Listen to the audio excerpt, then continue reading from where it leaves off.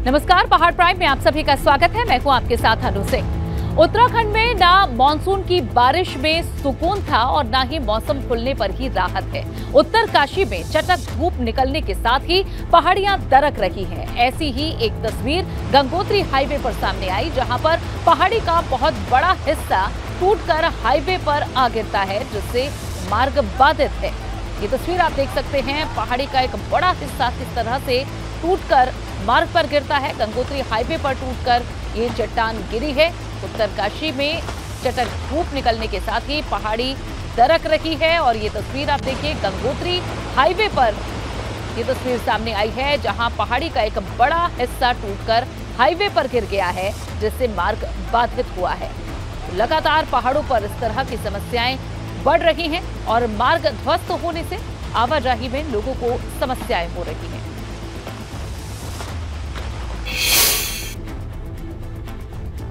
और अब बात सियाचिन के सुपर हीरो की। 38 साल पहले सियाचिन में हिंदुस्तान के 20 बहादुर जवानों की शहादत हुई थी। इन बहादुर जवानों में एक ऐसा जवान भी था जिसका शव 38 साल तक बर्फ के अंदर दबा रहा।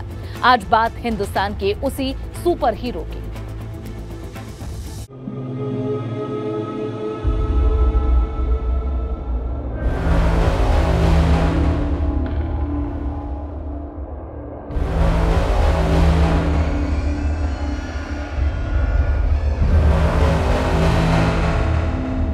एक बहादुर सैनिक था जो देश की रक्षा के खातिर अपने मिशन पर निकला था।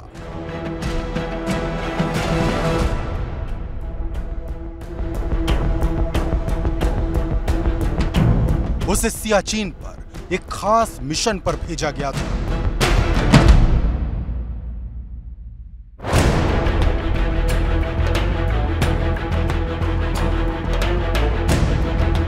वो देश का ऐसा बहादुर सैनिक था जिसने कभी पीठ दिखाकर भागना नहीं सीखा। इसीलिए उसे बहुत बड़ी जिम्मेदारी सौंपी गई थी।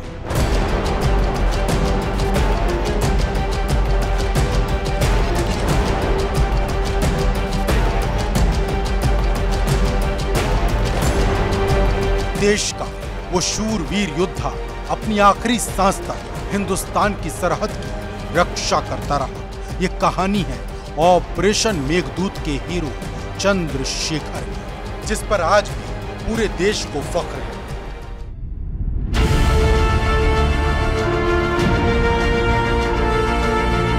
चंद्रशेखर वो नाम है जो अब देवभूमि के साथ ही देश के हर बच्चे की जुबान पर है। बात 1984 की है, जब हिंदुस्तान का एक वीर अपनी पलटन के साथ ऑपरेशन मेघदूत पर निकला। उसे सियाचिन की बर्फीली वादियों में सैन्य ऑपरेशन के लिए भेजा गया था, लेकिन सियाचिन में उस समय हालात अब से कहीं ज्यादा खराब थे। मिशन पूरा करना बेहद मुश्किल था, लेकिन चंद्रशेखर की पलटन ने हार नहीं मानी और वो मिशन पर निकल पड़े। लेकिन हिमालय की विषम परिस्थितियों में मिशन पूरा करना मुश्किल हो गया। जवान फिर भी अपने हौसले और देशभक्ति के बलबूते आगे बढ़ते गए। इसी दौरान एक बर्फीला बवंडर आ गया और हिंदुस्तान का ये योद्धा अपनी पलटन के साथ उसी बर्फीले बवंडर के साथ पहाड़ों में कहीं गुम हो गया।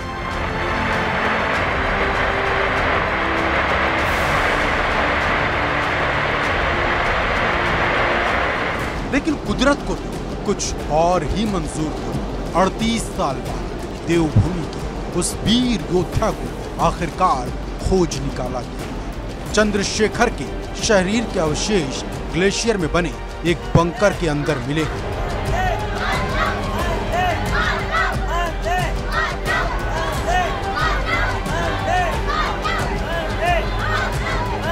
देवभूमि का बहादुर बेटा भले ही देश के नाम शहीद हो गया, लेकिन उसका बलिदान हिंदुस्तान के लिए अमूल्य है। देश उसे कभी नहीं भुला पाएगा।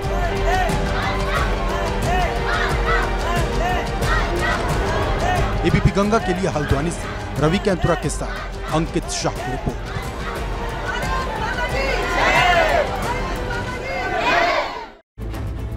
चंद्रशेखर हरबोला को देश कभी भुला नहीं पाएगा। आज उनका पार्थिव शरीर जैसे ही हल्द्वानी पहुंचा तो भीड़ उमड़ गई। शहीद को अंतिम विदाई देने के लिए खुद सीएम पुष्कर सिंह धामी पहुंचे।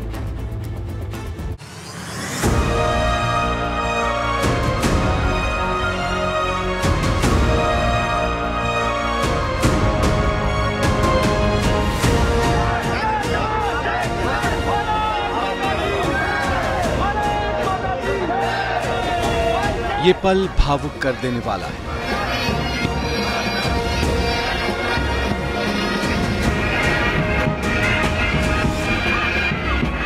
परिवार की आंखें नम हैं। मेरे सच्चे पति थे तो मुझे मिलने आ गए। 38 साल के बाद मिले हैं मुझे।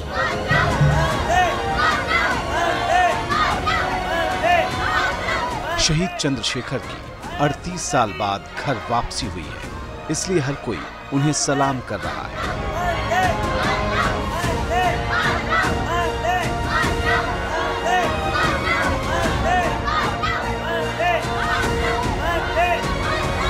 लांस नायक चंद्रशेखर का पार्थिव शरीर जैसे ही हल्द्वानी पहुंचा, लोग उनके नाम के नारे लगाने लगे। परिवार के लोगों की आंखें भर आई।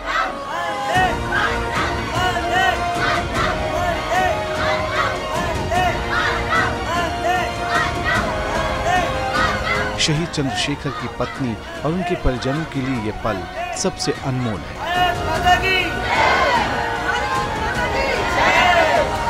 38 साल बाद भले ही पार्थिव शरीर घर पहुंचा हो, मगर परिवार को इस बात का संतोष जरूर है कि वो चंद्रशेखर को आखिरी बार देख पाए। चंद्रशेखर 1984 में ऑपरेशन मेघदूत के दौरान सियाचिन में लापता हो गए थे। भारत की तरफ से सैनिकों की टुकड़ी पेट्रोलिंग के लिए यहाँ भेजी गई थी, मगर तभी सियाचिन में ग्लेशियर टूट गया और सैनिकों की पूरी टुकड़ी इसकी चपेट में आ गई।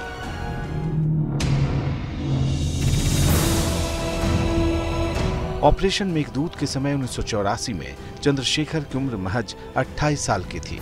उस समय उनकी बड़ी बेटी 8 साल और छोटी बेटी करीब 4 साल की थी, जबकि पत्नी की उम्र 27 साल के आसपास थी। अब उनकी बड़ी बेटी 46 साल की हो चुकी हैं, जबकि पत्नी की उम्र 65 साल है। 38 साल बाद अब एक जवान का पार्थिव शरीर उनके घर पहुंचा है। मेरे सच्चे पति थे तो मुझे मिलने आ गए। 38 साल के बाद मिले हैं मुझे। जलवे के साथ मिले और जलवे के साथ निकल गए। शहीद को अंतिम विदाई देने के लिए सीएम पुष्कर सिंह धामी भी हल्द्वानी पहुंचे। मुख्यमंत्री ने शहीद चंद्रशेखर को भावभीनी श्रद्धांजलि दी। देखिए, हम सब आज उनकी पार्थिव शरीर यहाँ पर पहुँचा है। हम पूरे प्रदेश की तरफ से, पूरे उत्तराखंड की सरकार की तरफ से, उत्तराखंड की जनमानस की तरफ से हम उनको अपनी श्रद्धांजलि अर्पित करते हैं कि उन्होंने देश के लिए अपनी शहादत दी है, अपने प्राणों का बलिदान दिया है और ये सर्वोच्च बलिदान है। 34 लगभग 38 सालों बाद उनका पार्थिव शरीर यहाँ पहुँचा है। वो हमेशा हमारे स्मरण में रहेंगे, हमारी स्मृतियों में रहेंगे। शहीद चंद्रशेखर को सैन्य सम्मान के साथ अंतिम विदाई दी गई। उनकी शहादत पर देश के साथ ही उत्तराखंड को भी गर्व है। ऐसे बहादुर सैनिकों की बदौलत ही हिंदुस्तान की सरहद महफूज है, इसलिए उनका बलिदान कभी भुलाया नहीं जा सकता।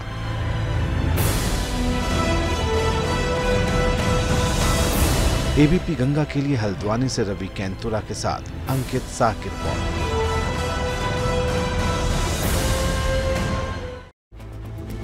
चंद्रशेखर हरबोला का सैन्य सम्मान के साथ अंतिम संस्कार कर दिया गया है। रानीबाग स्थित चित्रशिला घाट पर चंद्रशेखर का अंतिम संस्कार हुआ, उन्हें अंतिम विदाई दी गई। इस दौरान हजारों लोगों की मौजूदगी में शहीद लांस नायक को अंतिम विदाई दी गई। चंद्रशेखर के भाई पूरन हरबोला ने उनकी चिता को मुखाग्नि दी।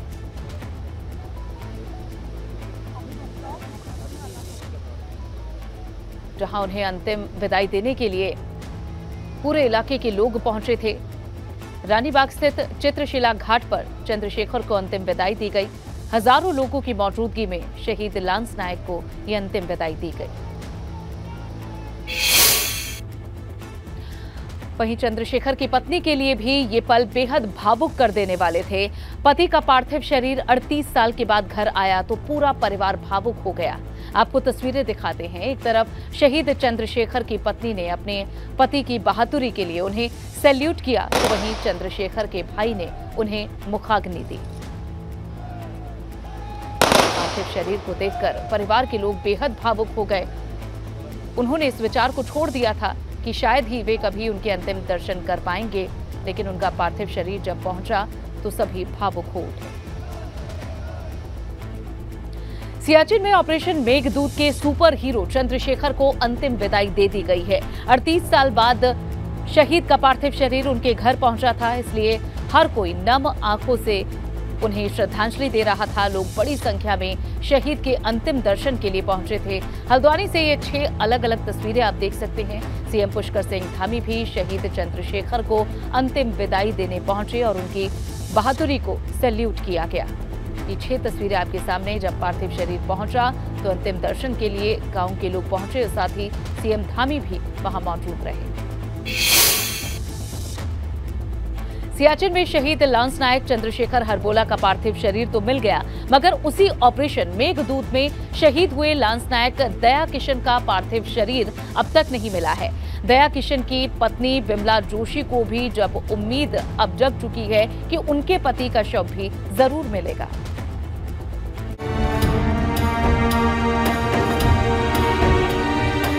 हमको वही लग रहा, वही केस लग रहा जो हमने शुरू में आप देखा है।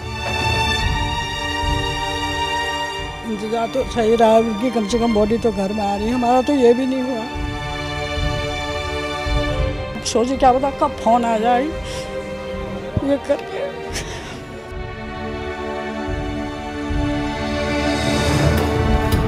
शहीद चंद्रशेखर की घर वापसी के बाद अब लांस नायक दया किशन के परिजन भी भावुक हैं।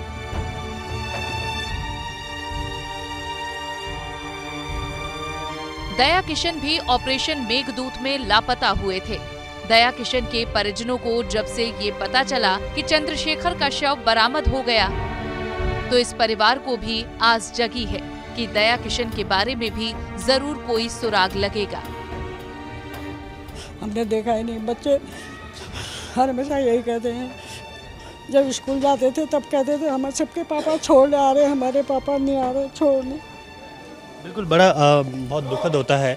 और ऐसे में अगर अभी करें तो क्योंकि उम्मीदें जागी हैं, तो क्या कहना चाहेंगी अभी? अब मैं क्या कहना चाहती हूँ, मैं तो सोची कि ऐसी लड़ाई वहाँ लड़े, मेरे हस्बैंड को ऐसे ढूंढ ढांढ के घर लाए, क्योंकि हमारे बच्चे भी ज़रा खुश होंगे, बच्चे शक्ल देखेंगे उनकी, हमारे पापा ऐसे थे करके। अब फोटो देखते हैं, कहते हैं हमारे पापा हैं। अब बोलना चालना तो सुना ही नहीं है उन्होंने। दया किशन की पत्नी अपने पति को याद कर भावुक हो गई। उनकी आंखों में आंसू आ गए। 38 सालों का सफर हो गया है। बच्चे उस वक्त कितने छोटे थे आप, और किस तरीके से उस वक्त भी खबर मिली थी आप? खबर तो ऐसी मिली कि वहाँ तार के द्वारा, तार ही चलते थे उसमें और कुछ नहीं मिलता था। हाँ, तार आया, उसमें कहा कि तुम्हारे इतने जवान गायब हो गए हैं। 2-3 लेटर ऐसी आई, गायब हो गए हैं करके। तो उसके बाद हम लोगों ने पता करा, रानीखेत सेंटर में पता करा, बरेली पता करा, और ऐसे पता करा तो यही बोले हो कि हाँ गायब हैं। फिर बाद में 2.5-3 साल बाद, महीने बाद फिर उन्होंने बोला बर्फ में आ गए। दया किशन की पत्नी चाहती है कि अब उनके पति की भी खोजबीन फिर से शुरू की जाए, जिससे इस परिवार का इंतजार खत्म हो। परिवार को पूरी उम्मीद है कि दया किशन का शव भी कहीं बर्फ के नीचे ही दबा है। अगर खोजबीन की जाए तो हो सकता है कि उनका भी सुराग लग जाए। एबीपी गंगा हल्द्वानी से रवि केंतुरा के साथ अंकित शाह की रिपोर्ट। खबरों में आगे बढ़ेंगे। सीएम पुष्कर सिंह धामी कोटद्वार के दौरे पर पहुंचे। इस दौरान सीएम धामी ने उत्तराखंड में अग्निपथ योजना की लॉन्चिंग की है। मुख्यमंत्री ने अग्निवीर योजना को लेकर पीएम मोदी का आभार जताया। 19 अगस्त से कोटद्वार में अग्निपथ सेना भर्ती की शुरुआत हो जाएगी। गढ़वाल के 7 जिलों से 70,000 युवा इसमें शामिल होंगे।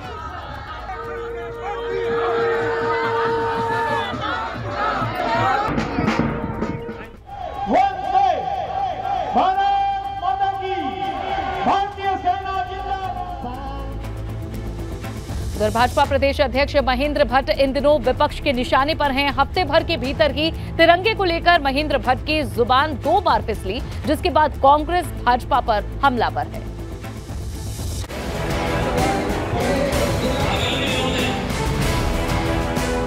सम्मान मैं नहीं मानता कोई कर रहा हो।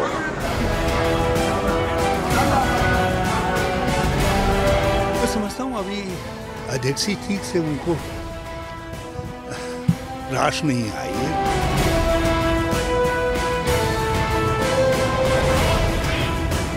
तिरंगे पर दिए गए महेंद्र भट्ट के बयान के बाद विपक्ष हमलावर है। पूर्व सीएम हरीश रावत ने महेंद्र भट्ट पर करारा प्रहार किया। हरीश रावत ने कहा कि महेंद्र भट्ट को अध्यक्ष पद रास नहीं आ रहा है।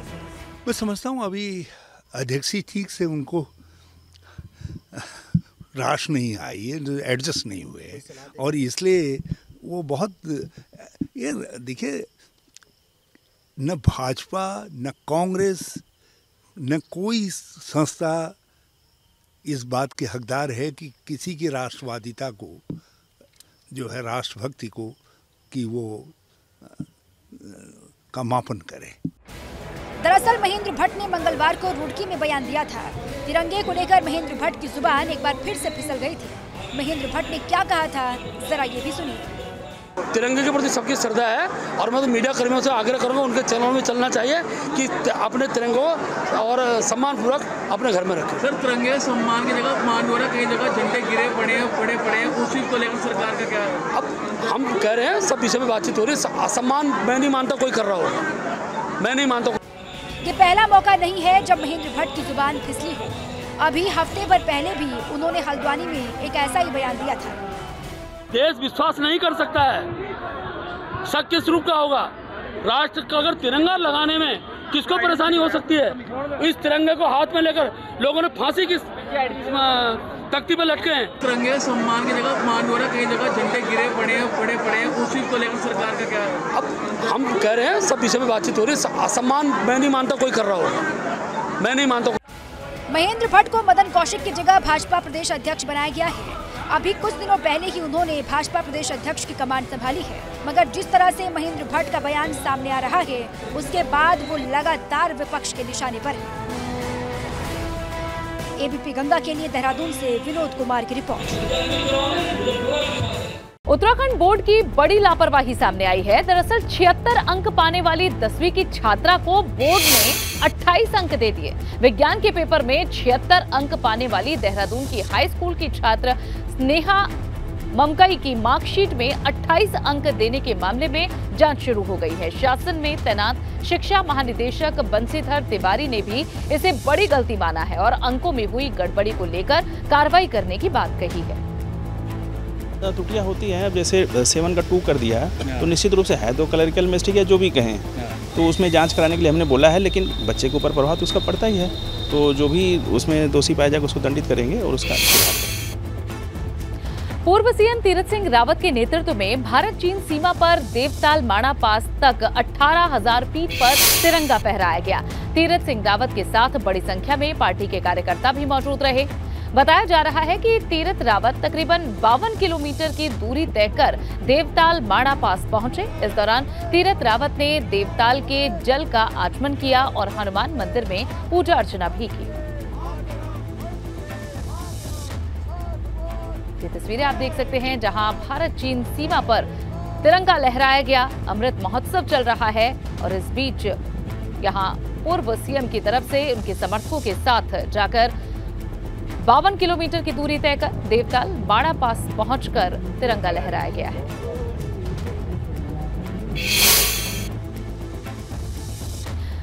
मसूरी में 2 दिवसीय भद्राज मेले का समापन हो गया है। इस मेले में जौनसार, पछवादून, जौनपुर, मसूरी, विकासनगर, देहरादून सहित आसपास के इलाकों के लोग पहुंचे थे। इस मेले को लेकर ग्रामीणों में काफी उत्साह रहता है।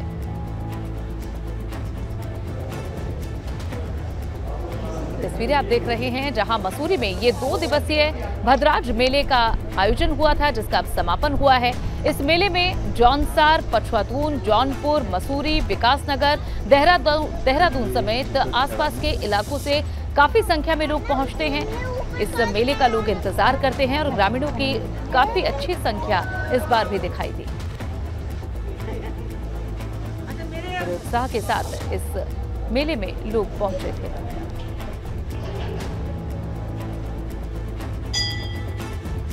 और चलिए अब वक्त है हमारे खास कार्यक्रम सत्याग्रह का।